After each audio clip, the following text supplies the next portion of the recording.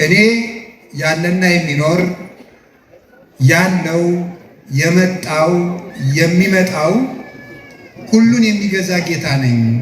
የሚያልፍ ንጉሥ ቢፈርድብህ አትጨነቅ፣ እሱም ያልፋል፣ ፍርዱም ያልፋል። ቀንን ቀን ይተካዋል፣ መንግስትን መንግስት ይተካዋል፣ ሰውን ሰው ይተካዋል። ዓለምን የሚፈርድበት አንተ ፀሐይ ጨልም፣ አንተ ጨረቃ እርገፍ፣ አንተ ከዋክብት ጥፋ፣ አንተ ምድርና ሰማይ ተጠቅለል ብሎ የሚያሳልፈው የሰማይና የምድር ጌታ እርሱ ኢየሱስ ክርስቶስ ነው።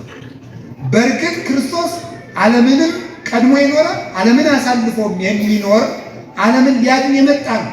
እግዚአብሔርን መጀመሪያ ያደረገ ሰው መጨረሻም እግዚአብሔር ይሆናል። እስመ ዘባቤከ የዐርፍ ነጽሮተ ኩሉ ለባቤከ። እግዚአብሔርን እያየ የኖረ ሰው መጨረሻ ላይም እግዚአብሔርን ያያል። እግዚአብሔርን እያስቀደመ የኖረ ሰው መጨረሻ ላይ ማረፊያው እግዚአብሔር ይሆናል። እግዚአብሔርን እያስቀደመ የኖረ ሰው መጨረሻ ላይም ከእግዚአብሔር ይኖራል። እመጽእ ካይበ ንስሐክሙ ከመ ተሐሉ አንትሙ ይሃባሉ እንኳን ተመልሼ እመጣለሁ እናንተ እኔ ካለሁበት እንድትኖሩ መጥቼ ዳግመኛ ወስዳችኋለሁ ብሎ አሐዱ አምላክ በስመ አብ ወወልድ ወመንፈስ ቅዱስ አሐዱ አምላክ ይትባረክ እግዚአብሔር አምላክ አበዊነ ቅዱሳን ዘሰባ ምህረቱ ለአይዴና።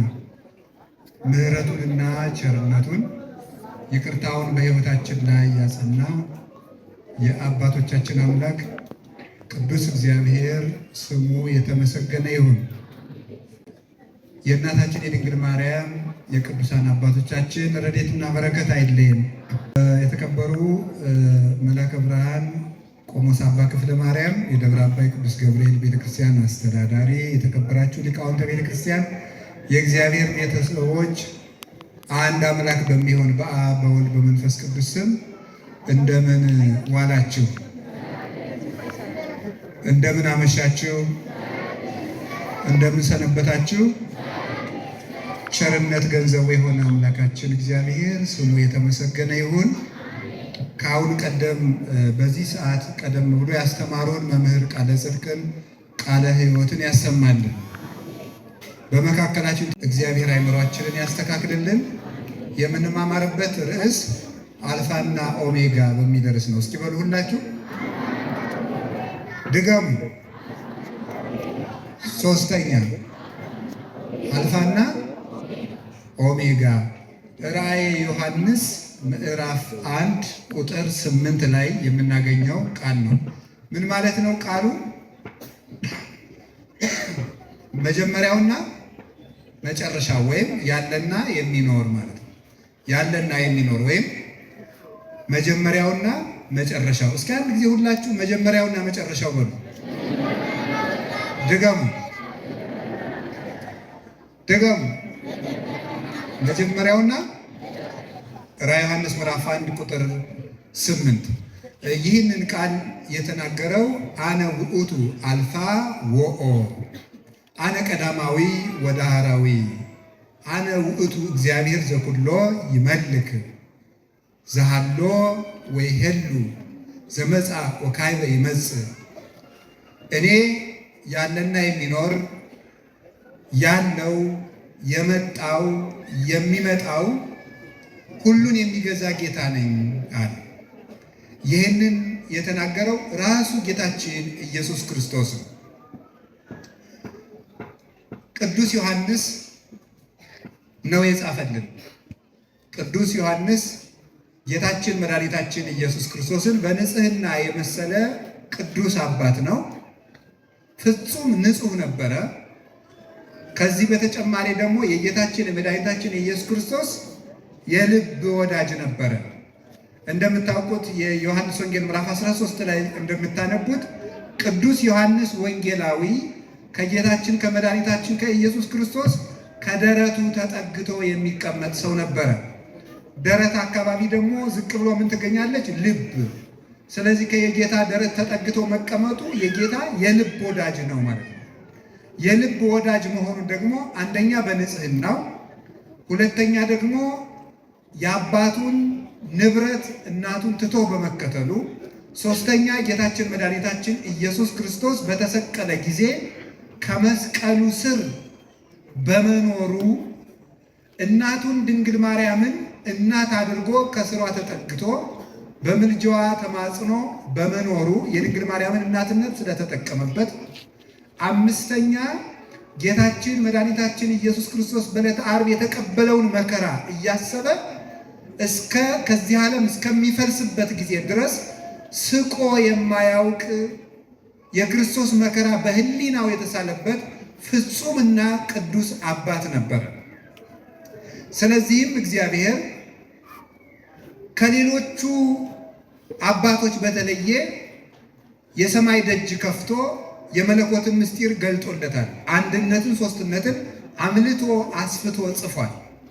ቀዳሚው ቃል ውእቱ ብሎ በመጀመሪያ ቃል ነበር፣ ቃልም በእግዚአብሔር ነበር፣ ቃልም በእግዚአብሔር ዘንድ ነበር ብሎ የአንድነትን የሦስትነትን ምስጢር መስተጻርን መስተቃርን የሌለው የሚሉት አባቶቻችን መናፍቃንን ሁል ጊዜ ልቡናቸው ያልቀና ሃይማኖታቸው የተጣመሙትን ሁሉ እንደ ማጭድ እያጨደ የሚጥል መለኮታዊ ሰይፍ የሆነ ምስጢር ተገልጾለት አንድነትና ሦስትነት በዮሐንስ ወንጌል ሲጸና ይኖራል።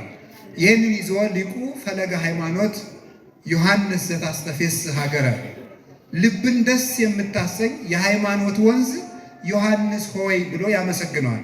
ቅዱስ ዮሐንስ ወንጌላዊ የሃይማኖት ምንጭ ነው።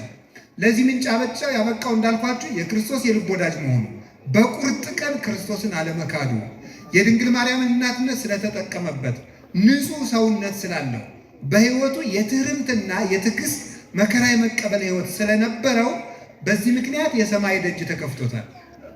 ሰው ሰማይን በጦር አይከፍተውም። ሰማይን በድምፅ ብዛት አይከፍተውም። እንደ ኢያሪኮ ግንብ ሰማይን በስብሰባ አይከፍተውም። ሰማይን በጉልበት አይከፍተውም። ሰማይን የሚከፍተው ሰው በሰማዕትነት ነው። ዮሐንስ ወንጌላዊ በፍጥሞ ደሴት ተግዞ በነበረበት ሰዓት እነሱ የወህኒ ቤቱን ሲዘጉበት እግዚአብሔር የሰማዩን ደጅ ከፈተለት። ክርስቲያኖች የምድር በር ሲዘጋባቸው የሰማይ ደጅ ይከፈትላቸዋል። በምጥ የትራስ የታሰሩ ስጋዊ እስራት የደረሰባቸው በሰማይ ይፈታሉ። እጆና እግራቸውን የታሰሩት በክርስቶስ ምክንያት የሆነ እንደሆነ ነው። ስለዚህ በምድር ሲታሰሩ በሰማይ ይፈታሉ። በምድር ሲሞቱ በሰማይ ይድናሉ። በምድር ሲገረፉ በሰማይ ይፈወሳሉ።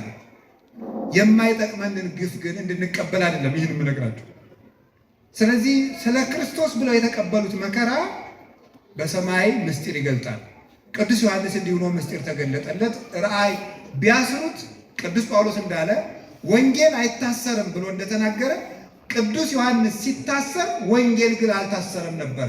ስለዚህ እግዚአብሔር እግረ ልቡናውን ወደ ሰማይ አበረረው፣ ከኪሩቤል ጀርባ በላይ እንዲበር አደረገውና የሥላሴን ምስጢር ገለጸለት። ይህም ብቻ አይደለም፣ ኃላፊያቱን መጻያቱን ዓለም ከተፈጠረ ጀምሮ እሱ ሳለበት ድረስ ዓለም እሱ ካለበት ዘመን ጀምሮ ዓለም እስኪጠፋ ድረስ ዓለም ከጠፋ በኋላ ለዘላለም የምንኖረው የመንግሥተ ሰማያት ምስጢር ተገልጦለት ራእየ ዮሐንስ የሚል መጽሐፍ ጻፈ። ይህ የአዲስ ኪዳን የትንቢት መጽሐፍ ይባላል። በዚህ መጽሐፍ የተጻፈውን ምስጢር ብቃት የሚፈታው ነው። ተምረው የሚፈቱት አለ፣ በቅተው የሚፈቱት አለ። ከሞት በኋላ የሚፈታ ነው። በዘላለም ሕይወት የሚተረጎም ነው። ከክርስቶስ ጋር በመዋሃድ የሚታወቁ ብዙ ምስጢራት አሉ። መጽሐፍ ቅዱስን እንዲሁ በማንበብ ብቻ ልንረዳው የማንችለው በመለኮት መጋረጃ የተጋረደ ብዙ ምስጢር የተካተቱበት መጽሐፍ ነው። ራእየ ዮሐንስን የሚጸልዩ ሰዎች ከብዙ መከራ ወጥተው ያውቃሉ። አንድ ዲያቆን የንጉሱን ሚስት ይሄንን መጽሐፍ እያነበበ ፈውሷታል። የንጉሱን ሚስት ይሄንን መጽሐፍ እያነበበ ሲፈውስ፣ ነገር ግን ሰዎች ቀንተው ያንን ዲያቆን ከንጉሱ ሚስት ጋር እየወሰለተ ነው ብለው በሐሜት ቢያወሩበት፣ ወንዝ ላይ ቢጠሉት፣ ይሄንን ራእየ ዮሐንስን እየጸለየ መርከቢቱ ወይም ጀልባው ሳይሰጥም ወጥቶ ከደሴት ላይ ተገኝቷል። ይሄን ያደረገለት የቅዱስ ዮሐንስ ራእይ ነው እና ራእየ ዮሐንስን የሚጸልይ ሰው ከዚህ ዓለም ብዙ ማዕበልና ሞገድ መሻገር ይችላል። የቅዱስ ዮሐንስ ራእዩና ምስጢሩ በረከቱ ይደርብን። በዚያ ደሴት ታስሮ ሳለ ጌታችን መድኃኒታችን ኢየሱስ ክርስቶስ ተገለጠለት። ሂዱና ዓለምን ሁሉ አስተምሩ ብሎ ልኮት ስለነበረ እሱ ታስሮ ወይኔ እንደ ጓደኞቼ ወንጌልን ሳላዳርስ ቀረው የጌታዬን አደራ በላሁ እያለ ሲጨነቅ አይዞህ ትራጃን አስሮት ስለነበረ ትራጃን የሚባለው ንጉሥ ያለና የሚኖር አይደለም። ትናንት የመጣ ነው። ትናንት ያልነበረ ትናንት የመጣ ነገ የማይኖር ዘላለምን የማይኖር እሱ ተሽሮ ሌላ የሚተካ ነው። የዚህ ሰው ቁጣውም፣ ግዛቱም፣ መንግስቱም፣ ማስፈራራቱም፣ ጌትነቱም፣ ሰራዊቱም፣ ፍርዱም የሚተካበት ጊዜ አለ። ያልፋል። ይሄ የግዞት ጊዜ ያልፋል። ንጉሱም የሚያልፍ ነው። የሚያልፍ ንጉስ ቢፈርድብህ አትጨነቅ። እሱም ያልፋል፣ ፍርዱም ያልፋል። ቀንን ቀን ይተካዋል፣ መንግስትን መንግስት ይተካዋል፣ ሰውን ሰው ይተካዋል። ያለና የሚኖር ግን እኔ ነኝ። ሁሉን የሚገዛ ጌታ እኔ ነኝ። አይዞህ እኔ ካንተ ጋር ነኝ። በጊዜ የተወሰነ በቤተ መንግስት የታጠረ እድሜው ፍጹረማዊ አጭር የሆነ አንድ ታናሽ ሰው ቢቆጣ አትጨነቅ፣ ለዘላለም የሚኖር እኔ ወድህ የለ እንዴ እያለው ነበረ። ይሄንን ገለጸለት። ያለና የሚኖር እኔ ነው፣ ሞቼም ነበርኩኝ፣ ሁሉን የሚገዛ ጌታ ነኝ። አሁን ልብ በሉ። ያለና የሚኖር እኔ ነኝ የሚለውን ቃል የምታገኙት ኦሪት ዘጸአት ምዕራፍ 3 ላይ ታገኙታላችሁ።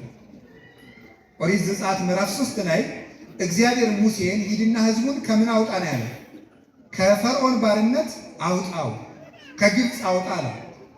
ጌታዬ ሄጄ ህዝቡን ከግብፅ ላወጣችሁ ነው ስላቸው ማን ላከህ ሲሉኝ ምን ልበላቸዋል? ያለና የሚኖር ልኮኛል በል አሉ። ያለና የሚኖር ልኮኛል በል ወሩ ያለና የሚኖር ልኮኛል በል። አነ ውእቱ እግዚአብሔር አምላክከ ቀዳማዊ ወዳህራዊ፣ ቀዳማዊና ዳህራዊ፣ ፊተኛውና ኋለኛው፣ መጀመሪያውና መጨረሻው፣ ያለና የሚኖር የማልለወጥ እኔ አምላክህ ነኝ። የአብርሃም ይስሐቅ ያዕቆብ አምላክ ነኝ። አሁን ጌታችን መድኃኒታችን ኢየሱስ ክርስቶስ ደግሞ ምን አለ? ዮሐንስ ከታሰረበት ፈቶ ያለና የሚኖር እኔ ነኝ አለ። ምን ማለቱ ነው? ቀድሞ እስራኤልን ከባርነት ነፃ ያወጣሁት የትናንትናው አምላክ እኔ ነኝ እያለ ነበረ። ቀድሞ እስራኤልን ከግብፅ ያወጣኋቸው እኔ ነኝ። እስራኤልን ከግብፅ ያወጣኋቸው እኔ ሞቼ ነበር አለ። ሰው ሆኜ ተሰቅዬ ከሲኦል ያወጣኋቸው እኔ ነኝ። ፈርዖን የዲያብሎስ አምሳል ነበረ። ግብፅ የሲኦል አምሳል ነበረች። ሙሴ ደግሞ የኔ ምሳሌ ነበረ። ትናንትና እስራኤልን ከግብፅ ፈልቅቄ እንዳወጣኋቸው ዛሬም በጽኑ ስልጣኔ ነፍሳትን ከሲኦል ያወጣኋቸው እኔ ነኝ ማለቱ ነበር። ሰው የሆነው የሙሴ አምላክ ነው ማለት ነው። ያ ማለት የሞተው የሙሴ አምላክ ነው። እንዲህ ነበር ያላቸው እግዚአብሔር በጸናች ክንድ በጽኔት ወመዝራዕት ልዕልት፣ በጸናች ክንድ ነው ከፈርዖን ማውጣት ብሏቸው ነበር። ያወጣቸውን በጸናች ክንድ ነው። ይሄ የጸና ክንድ ማን ነው? ስልጣን። በአዲስ ኪዳን ስትተረጎሙስ ወልድ። ቅዱስ ጳውሎስ አንደኛ ቆሮንቶስ ምዕራፍ 1 ላይ ክርስቶስ የእግዚአብሔር ኃይል ነው ክንዱ ነው ይላል። እስመ ክርስቶስ ኃይለ እግዚአብሔር ውእቱ። በጸናች ክንዱ ከሲኦል ከግብፅ አወጣቸው ተባለ። አሁን ደግሞ ክርስቶስ የመጀመሪያውና የመጨረሻው አልፋና ኦሜጋ ነኝ። ትናንትና እስራኤልን ያወጣው፣ ዛሬ ደግሞ ነፍሳትን ያወጣው፣ አሁን ዛሬ ደግሞ አንተን ከታሰርክበት የማወጣ፣ ወደፊት ደግሞ ይሄንን ዓለም መጥቼ ነፃ የማወጣችሁና በኢየሩሳሌም አጋዚት በመንግሥተ ሰማያት የምሰበስባችሁ እኔ ነኝ ማለት ነበር። አላችሁ አላችሁ። እግዚአብሔር ከሁላችን ጋር ያለና የሚኖር እኔ ነኝ አለ። ሙሴን እግዚአብሔር ያለና የሚኖር እኔ ነኝ አለ። ጌታችን ኢየሱስ ክርስቶስ ደግሞ መጣና ያለና የሚኖር እኔ ነኝ። ያ ማለት ትናንትና ከግብፅ ያወጣሁት አምላክ የእስራኤል አምላክ ሰው ሆኛለሁ ማለት ነው። ኢየሱስ ክርስቶስ አምላክ ነኝ ብሎ ተናግሯል ይላሉ ብዙ ሰዎች። ይሄው ያለና የሚኖር ፍጡር አይጠራበትም። የእግዚአብሔር ብቻ ስም ነው። ያህዌ የሚለው ስም ነው። ሲተረጎም ዘሃለው ይሄድ ነው። የነበረና ዓለምን አሳልፎ ዘሃሎ ማለት ቅድመ ዓለም የነበረ ወይም ዓለምን አሳልፎ የሚኖር ዛሬም ዓለምን እየመገበ ያለ አምላክ ማለት ነው። ይህንን ሀሳባችሁን ወደዚህ ያደርጉት። ይህንን ምስጢር ጌታችን መድኃኒታችን ኢየሱስ ክርስቶስ የትናንትናው አምላክ ለዚህ ነበር ዕብራውያን 13 ቁጥር 8 ላይ ኢየሱስ ክርስቶስ የተባለ ወይም ወክም መውት እስከ ዘላለም ኢየሱስ ክርስቶስ ትናንትም ዛሬም እስከ ዘላለም ድረስ ያው ነው። ትናንት ቅድመ ዓለም ዛሬ ዓለምን ፈጥሮ እስከ ዘላለም ድረስ ዓለምን አሳልፎ ትናንት ሰው ከመሆኑ አስቀድሞ ዛሬ ሰው ሆኖም እያለ እስከ ዘላለም ድረስ ካረገም በኋላ ኢየሱስ ክርስቶስ የማይለወጥ የዘላለም አምላክ ነው። ስለዚህ የትናንትናው አምላክ ነኝ ሲለው ሞቼም ነበርኩኝ አለ። እንደ ሰውነቱ ቀዳማዊ ነኝ አለ፣ እንደ አምላክነቱ ይህንን ተናገረ። ስለዚህ እግዚአብሔር ቤተሰቦች ዮሐንስ ወንጌል ምዕራፍ 1 ላይ ቀዳሚው ቃል ሲል ያ ቃል ቀዳማዊ ነው ብሏል። ያ ቃል ቀዳማዊ ነው። ከድንግል ማርያም ሰው የሆነው ቀዳማዊ ነው። ዓለም ከመፈጠሩ በፊት የነበረ ነው። ከዘመናት አስቀድሞ የነበረ ነው። ዮሐንስ ወንጌል ምዕራፍ 5 ላይ ስታነቡ እምቅድመ ይትወለድ አብርሃም ሀሎቁ አለ። አብርሃም ሳይወለድ እኔ አለሁ አለ። አብርሃም የፍጥረት ውክልና ነው፣ ደግ አባት ስለሆነ ፍጥረት ሳይፈጠር የነበርኩ ማለት ነው። ዮሐንስ ወንጌል ምዕራፍ 17 ላይ ስታነቡ አባ ሰባህኒ በስብሐቴ ዘሃሎ ምስሌ እምቅድመ ይትፈጠር ዓለም። አባቴ ሆይ ዓለም ሳይፈጠር ከአንተ ጋር በነበረ ክብር አክብረኛል። ዕብራውያን ምዕራፍ 1 ቁጥር 3 ላይ ስትመለከቱ ዘውቱ ጸዳለ ስብሐቲሁ ይላል። ወልድን ሲገልጸው ቅዱስ ጳውሎስ የአብ የክብሩ መንጸባረቅ ነው፣ የክብሩ ብርሃን ነው። ብርሃን ማለት ከፀሐይ ወጥቶ እኛ ላይ የሚያርፈው ጨረሩ ማለት ነው፣ ጸዳል የሚባለው ይሄ ብርሃን ወይም ጨረሩ ፀሐይቱ በነበረችበት ዘመን ሁሉ እንደሚኖር ወይም እንደማይነጠል ተፈልጦ እንደሌለበት ወልድ ከአባቱ ሳይለይ የነበረ ቀዳማዊ አምላክ ነው። ያ ቀዳማዊ አምላክ ሰው ሆኗል። ሰው የሆነው ቀዳማዊ ቃል ነው፣ ፍጡር አይደለም ሰው የሆነው። በእርግጥ እግዚአብሔር ወልድ ሰው ሆኗል። በእርግጥም ድንግል ማርያም አምላክን በሥጋ ወልደዋለች። ይሄ ነው የሆነው። በዚህ ክርስቶስ መጀመሪያውና መጨረሻው ዓለምን አሳልፎ የሚኖር መጨረሻው ለመሆኑ ደግሞ ዋሜ መጽ ወልደ እጓለ እመሕያው በስብሐት አቡሁ ዘበሰማያት ምስለ መላእክቱ ቅዱሳን በደመና ሰማይ የማቴዎስ ወንጌል ምዕራፍ 25 ቁጥር 31 ላይ ሲናገር የሰው ልጅ በአባቱ ክብር መላእክትን አስከትሎ በመጣ ጊዜ ይላል። ከዚያ በኋላ ምን ይላል? አሚያ ያቀጉሞሙ ንጉሥ ለአባግ ዘይማኑ ወላጣ ለጸጋሙ በጎቹም በቀኝ ፍየሎቹም በግራ ያቆማቸዋል። ያን ጊዜ ምድር ሁሉ ትንቀጠቀጣለች። ወይትቀወስ ሁሉ ኃይላተ ሰማይ፣ የሰማይ ኃይል ሁሉ ይነዋወጣል። ስለዚህ ፍየሎችንም ያሰማራቸዋል። ሁሩ ውስተ ሰዓት ዘላለም በጎቹን ያሰማራሉ። ኑ ወደ አባቴ በሉካን ወደ መንግሥተ ሰማያት ነው። ኢየሱስ ክርስቶስ መጀመሪያ ዓለምን የፈጠረ ወቦቱ ሁሉ ኮነ ዓለምን የፈጠረ ወዘንበሌ ውስጥ አልቦ ዘኮነ ወይም እንትኒ እምዘኮነ ከተፈጠረ ፍጥረት ያለችው ምንም የተፈጠረ የሌለ የአባቱ ስልጣን ገንዘቡ የሆነ የዘላለም አምላክ ነው።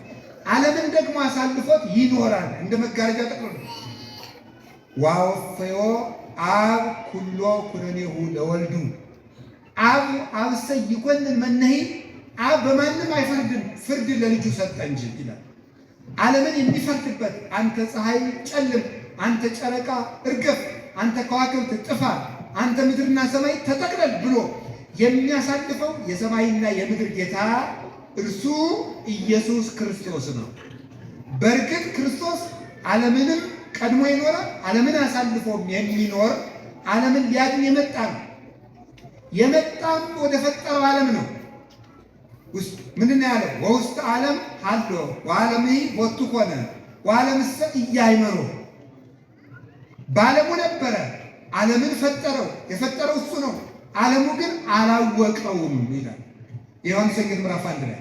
ዓለምን የፈጠረ እሱ ነው። በዓለም የነበረ እሱ ነው። ዓለሙ ግን አላወቀውም።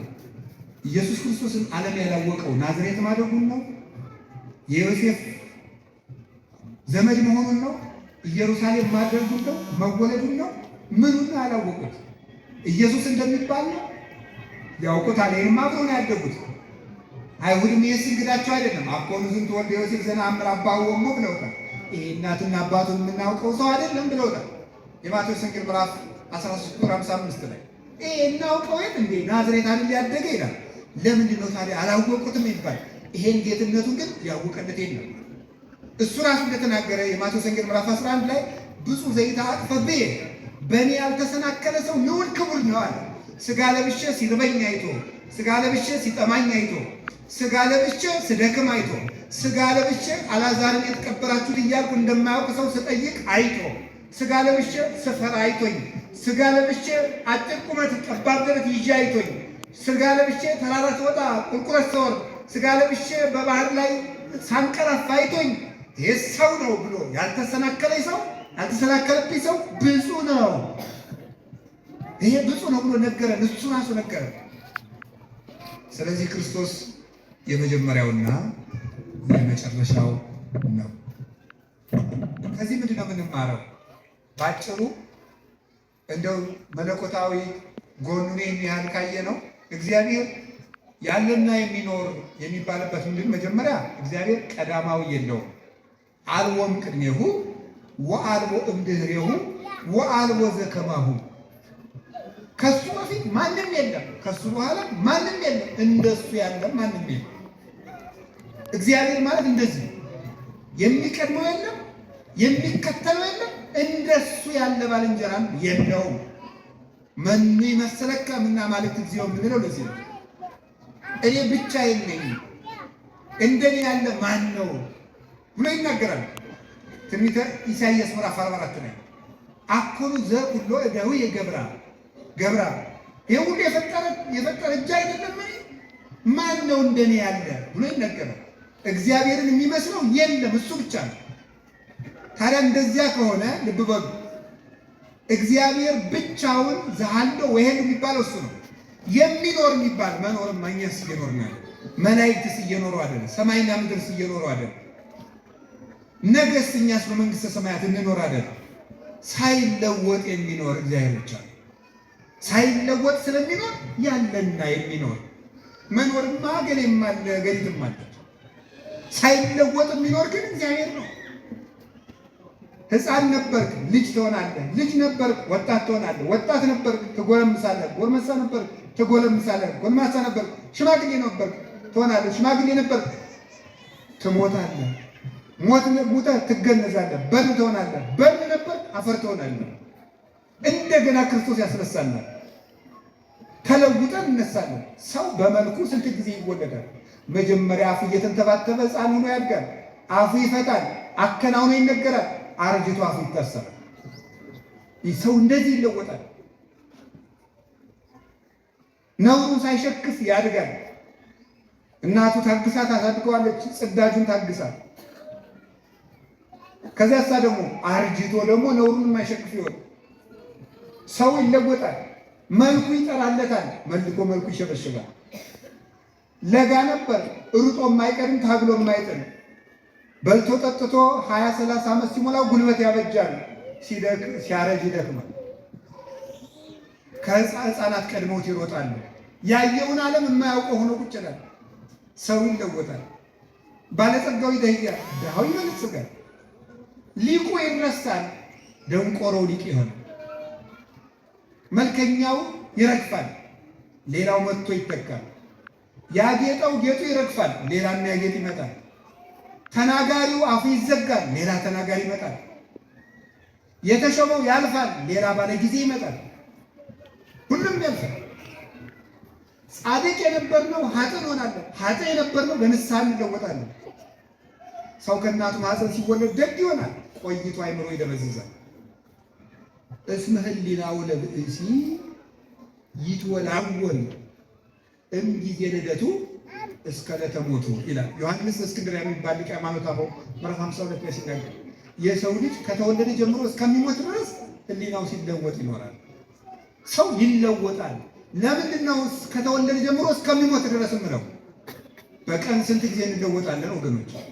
በቀን ስንት ጊዜ ነው? ስናስቀድስ ጻድቅ እንሆናለን፣ ስንወጣ ሌላ እንሆናለን። ሁላችንም በቀን ውስጥ 1000 ጊዜ እናቅዳለን፣ 1000 ጊዜ እንለወጣለን፣ 1000 ጊዜ እንበላሻለን፣ መልሰን እንነሳለን፣ መልሰን እንወድቃለን። ያለና የሚኖር ግን እግዚአብሔር ትናንትም ንጹሕ ነበር፣ ዛሬም ንጹሕ ነው። ትናንትም መሐሪ ነበር፣ ዛሬም መሐሪ ነው። ሰው የአምነከ ሰብእ ወታስ የሚሉት ሰው ስትንከባከቡት ፈገግ ይላል፣ ሲጎልበት ክምር የፈጀ ዝንጀሮ ይመስላል። ሰው እንደዚህ ነው። ወቅት ይለውጠዋል፣ ጊዜ ይለውጠዋል፣ ማጣት ይለውጠዋል፣ ማግኘት ይለውጠዋል። ሰው ባየበት ይዘንባል፣ ባየበት ይፈሳል፣ ባጣበት ይደበቃል። ሰው እንደዚህ ነው። ወዳጅነቱን ይለውጣል፣ ፍቅሩን ይለውጣል፣ ቃል ኪዳን ይለውጣል፣ መሐላውን ይለውጣል፣ ጉልበቱን ይለውጣል፣ ሁሉ ይለውጣል። እግዚአብሔር ግን እንደ ትናንት ነው አለ። ረክሰን ስንመጣ በንጹህ እጆቹ የሚጠብቀን፣ ፊቱ የማይከፋ ቤቱ የማይዘጋ የምሕረት እጁ የማይታጠፍ ሰጥቶ የማይጎልበት ሰው በቃኝ የማይል የማይጸየፍ እንደ ትናንትናው የሚኖር ያለና የሚኖር እግዚአብሔር ነው። ደስ ይለኛል ይህን ሳስበው። እናንተ ደስ አይላችሁ? ስንቱ ንጉሥ አልፏል፣ ስንቱ ባለጸጋ አልፏል። እማያልፍ አባት አለ። የምንወደው አባታችን ብለን አልቅሰን እንቀብረዋለን። ፈትፍታ የምታጎርሰንን እጅ ሳንወድ በግዳችን ገንዘን እንቀብራለን። የምንወደውን ወንድማችን ብለን እንቀብራለን። በትዝታ አስበን እናለቅሳለን። እግዚአብሔር ግን ያለና የሚኖር አባታችን ሲሞት የማይሞት አባት አለ። አንድ ባይታዊ በረሃ ሂደው አባት ሞት አሉ። እንዴ ስነ ስርዓት ያዙ። እስመ አቡየ ይመውትን ዓለም፣ የኔ አባት ለዘላለም አይሞትም ማለት። የኔ አባት አይሞትም ያለው እግዚአብሔር ነው። እግዚአብሔር አለ። ስንቱ ወዳጅነት አልፏል፣ ስንቱ ጓደኝነት ተሽሯል፣ ስንቱ ነገር አልፏል፣ ስንቱ ወዳጅነት ጊዜ ሽሮታል። ዘመን የማይሽረው ወዳጅ እግዚአብሔር ያለና የሚኖር ሰው አንድ ቀን እጁ ላይ አግኝቶን እንኳን አይምረንም። እግዚአብሔር ግን ሁልጊዜ የማይለወጥብን እጅ ነው። የእሱ ልጆች ስለሆን እግዚአብሔር ክብር ምስጋና ይግባል። እንዳኖሩት የሚገኝ ወዳጅ እግዚአብሔር ነው። እውነቴን ነው። ሰይጣን በጆሮአችሁ መጥቶ ዛሬ እኮ ረክሳችኋል፣ ዛሬ ጎስቁላችኋል፣ ዛሬ እንድኗችኋል ብላችሁ አትስሙት። እግዚአብሔር እንዳኖሩት ይገኛል። የሉቃስ ወንጌል ምዕራፍ 15 ላይ ያ ልጅ ጠፍቶ የአባቱን ልጅ አባክኖ እስኪ እንደው እንግዲህ አባቴ መቀበል እንኳን እንጃ እንደው ባሪያ ካረገ ድንገት ተብሎ ሄደ። ልጁ እንኳን አልሆነ እስቲ ባሪያ ካረገ ብሎ እየሮጠ ሲመጣ አባቱ ምንድን ያደረገ? እንዲያውም እስከሚደርስ ቸኩሎ ሩጦ ሄዶ አቀፈው። እንዲያውም ፍሪዳ ሊቃውንት እንደሚነግሩ ይነቅፈኛል ሲል አለ ዝማሬ ያዘመረለት፣ ይቀጣኛል ሲል ፍሪዳ አደረገለት፣ ይቆጣኛል ሲል ጫማ ለበሰው፣ ቀድሞ ከለበሰው ልብስ ይልቅ በኋላ የሰጠው በለት። ስለዚህም ምን አለ እግዚአብሔር? በምድር ንስሐ የሚገቡ ሰዎች በሰማይ ንስሐ ከማይገባቸው ይልቅ ደስታን የሚደረግባቸው ናቸዋል። እግዚአብሔር እንደዚህ ነው። የጠፋው ልጅ ሀብቱን እንደ ትናንቱ አላገኘውም። እንኳን ሌላ የእናቱን ልጅ ወንድሙ እንደ ትናንቱ አላገኘውም። ይሄ አባቱ ነው መጥቶ እንዴት ለሱ እንዲደረግለታል ነው ያለው። አባቱ ግን እንደ ትናንትናው ተገኘ። እግዚአብሔር እንደ ትናንትናው ይገኛል። ስንመለስ አናጣው። ጴጥሮስን አላውቅህም ብሎት ሲመለስ እሱ ግን ስሙን እንዲያውም ጴጥሮስ አንተ የሕያው የእግዚአብሔር ልጅ ክርስቶስ ነህ አለው። እኔ ማን ነኝ ሲል ጌታ አንተ የሕያው የእግዚአብሔር ልጅ ክርስቶስ ነህ። የማቴዎስ ወንጌል ምዕራፍ 16 ቁጥር 19 አንተ የሕያው የእግዚአብሔር ልጅ ክርስቶስ ነህ አለና የዮሐንስ ወንጌል ምዕራፍ 18 ላይ ስትመጡ ቅዱስ ጴጥሮስ እንዳልታውቃላችሁ አንተም ከሱ ጋር ነበርክ ሲባል የምትሉትን ሰውዬ አላውቀውም። ክርስቶስ ያለውን ማን አለው? ሰውዬ ረስቶት መከራ ክፉ ነው። ሰው ሲለወጥ ተመልከቱ። ሰው ሲለወጥ ቅዱስ ጴጥሮስ የትናንትናዋን ሲበርደው መድገም አቃተው። ሲበርደው እኮ ነው ጌታሳ የትንሣኤ ዕለት መጣና ምን ብሎት ነበረ? ጌታ አንተ አለት ነህ ብሎት ነበር። ጴጥሮስ ትወደኛለህ? በትናንትናው ስሙ እንደ ትናንትናው ወዳጅ እግዚአብሔር ነው። ትናንት በጠራበት ስሙ ክዶትም ቢሆን በዚያው ስሙ ነው የጠራው። እሱ ያለና የሚኖር ወዳጅነቱም አይለወጥ። ዓርብ ክዶት እሑድ መጥቶ ትወደኛለህ ጴጥሮስ አለ። እንደሱ ያለ ወዳጅ ይገኝ እንደ እግዚአብሔር ያለና የሚኖር እግዚአብሔር ነው። ሁሉ ያልፋል። ሁሉን ስናጣ መጨረሻ ላይ የሚቀረን እግዚአብሔር ነው። እንግዲህ እንደዚህ ከሆነ ያለና የሚኖር የሚለውን ርዕስ ከመረጥን ምን ላስተላልፍ ፈልጌ መሰላችሁ? ያለና የሚኖር ቀዳማዊና ዳህራዊ። መጀመሪያ የተነሳ ነው ከማን ነው? ከእግዚአብሔር በሉ። ስለዚህ ከሁሉ ነገር ከምድርም ከሰማይም ከመላክም ከሰውም ከዚህ ሁሉ መጀመሪያ ማለት እስኪ ነገሩ ቀዳማዊ ማን ነው? አቤት እግዚአብሔር። ከሁሉ ቀዳማዊ ማን ነው? አንዴ በሉ ሁላችሁ። ማን ነው? በጣም ጥሩ። ከሁሉ ቀዳማዊ ማን ነው? ከሁሉ ቀዳማዊ እግዚአብሔር ከሆነ በየትኛውም ጊዜ ከሁሉ ሊቀድምብን የሚገባ ማን ነው? ተናገሩ እንጂ እግዚአብሔር ነው። ከሁሉ በላይ ሊቀድምብን የሚገባው እግዚአብሔር ነው። ስለዚህ በዛሬው ትምህርታችን ማስተላለፍ የፈለግኩት ከምንም ነገር በፊት እግዚአብሔርን እናስቀድም። ከምንም ነገር በፊት እግዚአብሔር ይቅደም። እግዚአብሔርን ካስቀደምን ከምንም ነገር በፊት ምርጫችን፣ የመጀመሪያ ምርጫችን ሌሊት አለ። ከመተኛታችን በፊት ማን መቅደም አለበት? ተናገሩ እንጂ ንገሩኝ እንጂ።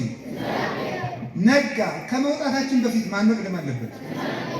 ልንበላ ነው። ከመብላታችን በፊት ማን መቅደም አለበት? እግዚአብሔር። ልንገባ ነው። ከመግባታችን በፊት ማን መቅደም አለበት? ልንወጣ ነው። ከመውጣታችን በፊት ማን መቅደም አለበት? ልንወስን ነው። ከመወሰናችን በፊት ማን መቅደም አለበት? ይሄን ማሰብ። ሰው ማለት እንደዚህ ነው። ኖረ ማለት ከምንም ነገር በፊት እግዚአብሔርን መምረጥ ሲችል። ለዚህ ማስረጃ የሚሆኑ አንድ ሁለት ሶስት ጥቅሶችን ልናገር።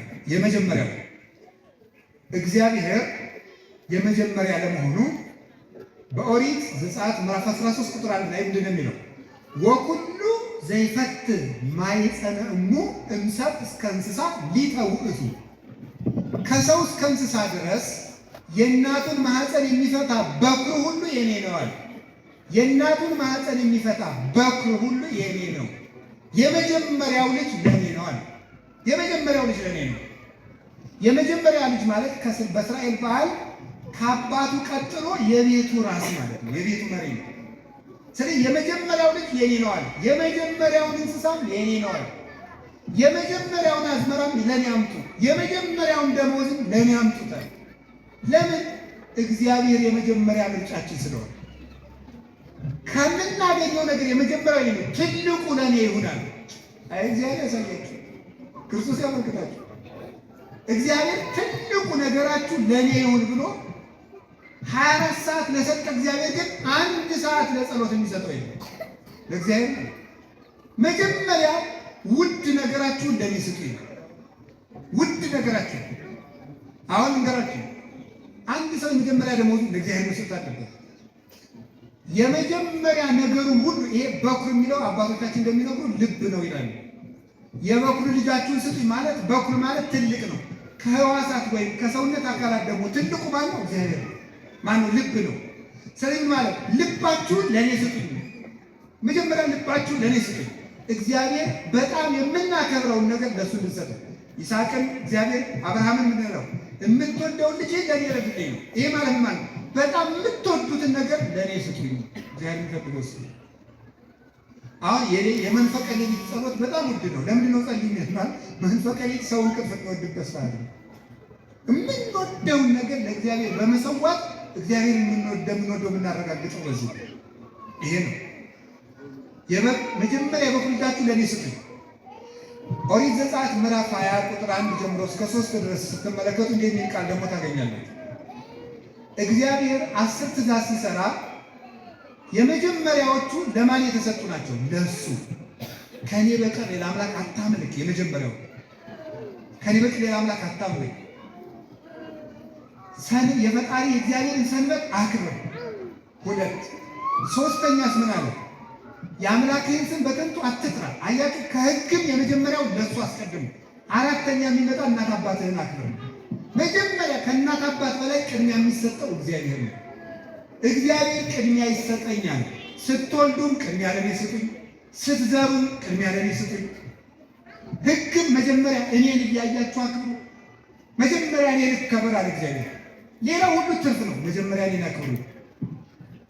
የማቴዎስ ወንጌል ምዕራፍ 6 ላይ ስታነቡ ቁጥር 10 ላይ ስንጸልይ አባታችን ሆይ በሉ እስኪ ሁላችሁ በሉ፣ አባታችን ሆይ በሉ እሺ፣ በሰማይ የምትኖር ስምህ ይቀደስ።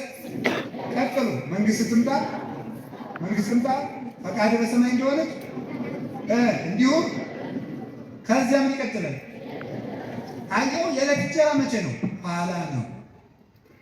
የሚቀድመው ማን ነው? እስቲ እግዚአብሔር በሉ። ከዕለት እንጀራ ማን ይቀድማል? እግዚአብሔር ይቀድማል። እያንዳንዳችሁና እያንዳንዳችን ቢሮ ሲተሩ ስራ አይደል እያላችሁ ነው የምትሮጡት። እግዚአብሔር እሳ እግዚአብሔርን በየቀኑ መታሰብ የለበትም አለበት። ከስራ በፊት ከዕለት እንጀራ በፊት ከቢሮ በፊት ከቀን ስራ በፊት ከምንም ቁፋሮ በፊት ከአትክልትም ቢሆን ከጽፈትም ከድጉሰትም በፊት ከዕለት እንጀራችን በፊት እግዚአብሔር ይቀድማል። ከእንጀራ እግዚአብሔር ይቀድማል። በቤተ ክህነትም በቤተ መንግስትም እግዚአብሔር ከእንጀራ ይልቅ ክብር ሊሰጠው ይገባል። እንጀራ ሲያልፍ የሚቀረን እግዚአብሔር ነው። እሱም ብሏል የዮሐንስ ወንጌል ምዕራፍ 6 ቁጥር 25 ላይ ሲናገር ተገበሩ ተሳኮ ለመብት ኃላፊ አላ ለመብት ዘይነብር ለሕይወት ዘላለም ዘይወክሙ ወልደ እጓለ እመሕያው። ለሚጠፋ መብል አትድከሙ፣ የሰው ልጅ ለሚሰጣችሁ የዘላለም ሕይወትን ለሚያድል ለሕይወት እንጀራ ድከሙ እንጂ ብሏል። ከእንጀራ እግዚአብሔር ይቀድማል። በሉላችሁ አሜን። ከእንጀራ በገንዘብ ሰው የምትሸጡ፣ በገንዘብ ድሃ የምታስለቅሱ፣ ሰው ሽጣችሁ ሀብት የምታከማችሁ፣ በሰው ደም ቤት የምትሰሩ ሁሉ በመምህር አምላክ ከእንጀራ እግዚአብሔር ይቀድማል። እግዚአብሔርን እዩት። ይሄ እንጀራ እንኳ ይገላችኋል። ካልሆነም ወይ ሀድጉ ለባዕድ ብዕሎሙ ለማያውቁት ገንዘባቸውን ያጠራቅማሉ እንዳለ የሌባን ገንዘብ ሌባ ይበላዋል፣ የአመፀኛን ገንዘብ አመፀኛ ይበላዋል። በአመፅ ብታጠራቅሙት አመፀኛ ይወርሳችኋል። እናንተ ግን ከለፋችሁበት አንዳች አትቀምሱም። አንተ ሰነፍ በዚህ ሌሊት ነፍስን ከስጋው ለይቶ ይወስደዋል ብሎ እንደተናገረ ከእንጀራ እግዚአብሔር ይቀድማል። ከቃሉ ጋር ናችሁ? ከቃሉ ጋር ናችሁ? ከዚያስ ምን አለ? በምድር ካለው ነገር ሁሉ ምን አለ ደግሞ? መንግስት መቅድመ ሁሉ እሱ መንግስቱ ወጽድቆ ወኩሉ ሰይፍ ያስተክክሙ። እናንተስ ከሁሉ አስቀድማችሁ ምኑን ፈልጉ አለ? መንግስቱን አለ። ከሁሉ አስቀድማችሁ መንግስቱን፣ ሌላው ዳራቡት ነው ይጨመራችኋል አለ። ከምንም በፊት መንግስተ ሰማያት ትቅደም። እግዚአብሔራዊ ነገር መጀመሪያ ይሁን፣ ሌላው ሁለተኛ ይሁን። ይህን ያደረግን እንደሆነ እግዚአብሔር እንደምንወደው እናውቃለን። ስለዚህ ከእንጀራችን ይልቅ እግዚአብሔር ነው፣ ከልብሳችን ይልቅ እግዚአብሔር ነው። እንዴ ወይን ተዝር ብለክሙ የተተከዙ እንዘ ትብሉ ምንተ ንበልዕ ወምንተ ንሰቲ ወምንተ ንትቀደም ወዘንተሳ ይዛበ ምንዛፋ ያሐስስዎ። እናንተ ግን ምን እንበላለን፣ ምን እንጠጣለን፣ ምን እንለብሳለን እያላችሁ አትጨነቁ። ይህንማ ከእግዚአብሔር አፋ ያሉ አሕዛብ ሲፈልጉት የለምን? አንድ ምስለ መቅድመ ኩሉ እሱ መንግስቱ ወጽድቆ። እናንተ ግን አስቀድማችሁ መንግስቱንና ጽድቁን ፈልጉ። መጀመሪያ መንግስተ ሰማያት። አሁን እኛ ምንድን ነው የምናደርገው? ምዕመናን ስራዬን ስራ ብቻ አንደኛ ንስሐ እገባለሁ አይደል? መጀመሪያ መንግስተ ሰማያት ኋላ ስራ። ቀጥሎስ ከእናት አባት ይልቅ እግዚአብሔር መከበር አለበት። ዘያፈቅር አባሁ ወእሞ ወገራይቶ ወለቶ፣ አባቱን እናቱን ወንድ ልጁን ሴት ልጁን እርሻውን ከኔ ይልቅ የሚወድ የኔ ሊሆን አይችልም። ከእናት አባትም እግዚአብሔር ይቀድማል። የመጨረሻ ከራሳችንም እግዚአብሔር ይቀድማል። ከኔም ራሴ ከእግዚአብሔር ይቀድማል ማለት ነው ሃይማኖት ማለት።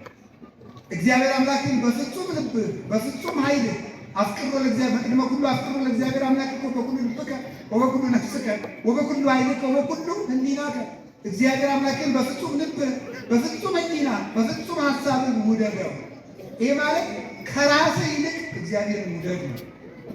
እንግዲህ ተመልከቱ፣ ከስራ ይልቅ፣ ከልጅ ይልቅ፣ ከሀብት ይልቅ፣ ከእናት አባት ይልቅ፣ ከስልጣን ይልቅ፣ ከዚህ ሁሉ በላይ ከራስ ይልቅ እኔ የኔ ሊሆን የሚወድ ሰው ካለ ራሱን ይካድ ብሎ ተናግሯል። ስለዚህ መጀመሪያ ራስን በማድረግ እግዚአብሔርን እንደምንወደው እንገልጻለን። እግዚአብሔርን እንደዚህ አድርገን መጀመሪያ ምርጫችን ካደረግ ወኦ አልፋ ወኦ መጨረሻችንን ማን ሆነ? እግዚአብሔር ይመስላል። ምን ማለት ነው? መጨረሻችንን እግዚአብሔር ይመስላል ማለት እግዚአብሔርን መጀመሪያ ያደረገ ሰው መጨረሻም እግዚአብሔር ይሆናል። እስመ ዘባቤከ የአርፍ ነጽሮ ሁሉ ለባቤ እግዚአብሔርን እያየ የኖረ ሰው መጨረሻ ላይም እግዚአብሔርን ያያል። እግዚአብሔርን እያስቀደመ የኖረ ሰው መጨረሻ ላይ ማረፊያው እግዚአብሔር ይሆናል። እግዚአብሔርን እያስቀደመ የኖረ ሰው መጨረሻ ላይም ከእግዚአብሔር ይኖራል። እመጽእ ካይበ ንስሐክሙ ከመ ተሃልዉ አንትሙ ይሃባሉ እንኳን ተመልሼ እመጣለሁ እናንተ እኔ ካለሁበት እንድትኖሩ መጥቼ ዳግመኛ ወስዳችኋለሁ ብሏል። ዮሐንስ ወንጌል ምዕራፍ 14 ላይ መጥቼ እወስዳችኋለሁ ብሏል። አያችሁ ሐዋርያት እግዚአብሔርን መጀመሪያ አድርገው ሁሉ ትተው ቢከተሉት መጨረሻችሁም ከኔ ጋር ነው። ከእግዚአብሔር ጋር ጀምረን ከእግዚአብሔር ጋር እንድንጨርስ ይርዳል። በእግዚአብሔር እንጀምር፣ በእግዚአብሔር እንጨርስ። መጨረሻችን በመድኃኒዓለም ያድርግልን።